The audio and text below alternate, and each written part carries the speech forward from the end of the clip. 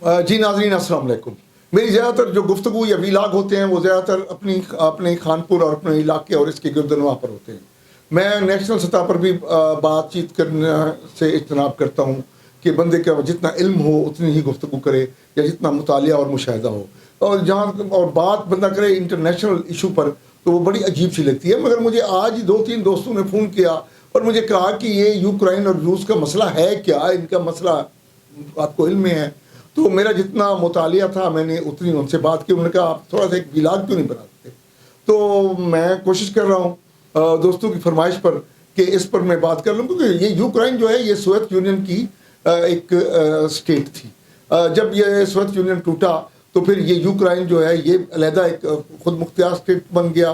तो ये बिल्कुल रूस के बिल्कुल साथ है और इनका एक छोटा सा एक इलाका था जो रूस और इसके दरमियान मुतनाज़ा रहा। दिसंबर 2021 में इस तनाज़े में एक शिद्दत अख्तियार कर ली, क्योंकि पुतिन ने जो अपनी अफवाज हैं रूस की वो वहाँ पर इकट्ठी करनी शुरू कर दी यूक्रेन की सरहद पर। वहाँ पर तकरीबन कहा जाता है कि 1,90,000 फ़ौज वहाँ पर इकट्ठी कर ली थी। और उसके बाद जो बाइडेन ने उसको ख़बरदार किया, क्योंकि यूक्रेन असल में इसका जो तनाज़ा है उसकी वजह जो है वो सबसे बड़ी अहम है कि यूक्रेन जो है वो नीटो में शामिल होना चाहता था, यानी कि यूरोप में शामिल होना चाहता था, जबकि रूस इसका मुखालिफ था। वो उसे अपने ही ज़ेर साया रखना चाहता था। ये जब उसने उसके ताने बाने और उसके रवाबित जो है वो अमेरिका के साथ, फ्रांस के साथ और बरतानिया के साथ बढ़ने लगे तो उसको रूस को ज़रा तकलीफ़ पहुँची।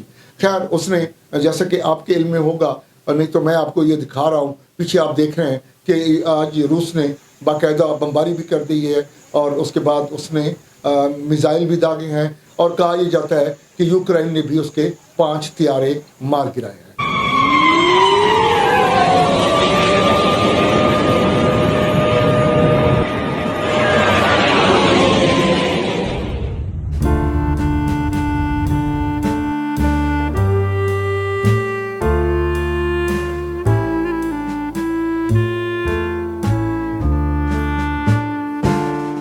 जब भी जंग शुरू होती है तो इसमें ज़्यादातर सबसे बड़ा जो काम होता है वो झूठ होता है। मगर जब से ये सोशल मीडिया आज़ाद हुआ है और ये जो हर किसी के पास मोबाइल आया है तो वो अब वो चीज़ें झूठ नहीं बोली जा सकती। तो आपको ये भी इल्म में होगा यूक्रेन में एमरजेंसी नाफिज कर दी गई है। इन हालात में सबसे ज़्यादा अहम मसला जो सामने आएगा वो पेट्रोलियम मसनूआत और सोने के रेट बढ़ जाएंगे, जिसकी वजह से पूरी पाकिस्तान में नहीं बल्कि पूरी दुनिया में महंगाई का मज़ीद एक तूफ़ान आएगा। दुनिया तो इस महंगाई के तूफ़ान को अफोर्ड कर लेती है, मगर हम पाकिस्तानियों के लिए ये महंगाई बर्दाश्त करना बहुत मुश्किल होगा।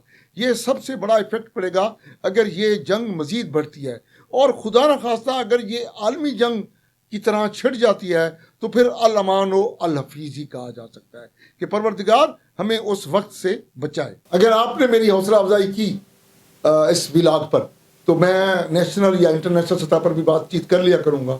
हौसला अफजाई ना हुई तो फिर मैं क्या बातचीत करूँगा। आप तो ट्विटर से भी देख लेंगे, आप फेसबुक और सोशल मीडिया से भी देख लेंगे भी क्या हो रहा है। बहरहाल मेरे जिन साथियों ने मुझे फरमाइश की थी कि आप बताएं कि यूक्रेन और रूस का मसला क्या है, मैं उनका शुक्रगुजार हूँ कि वो मुझे खानपुर और ज़िला इमरान खान की सतह से मुझे नेशनल नहीं बल्कि इंटरनेशनल सतह पर ले आया।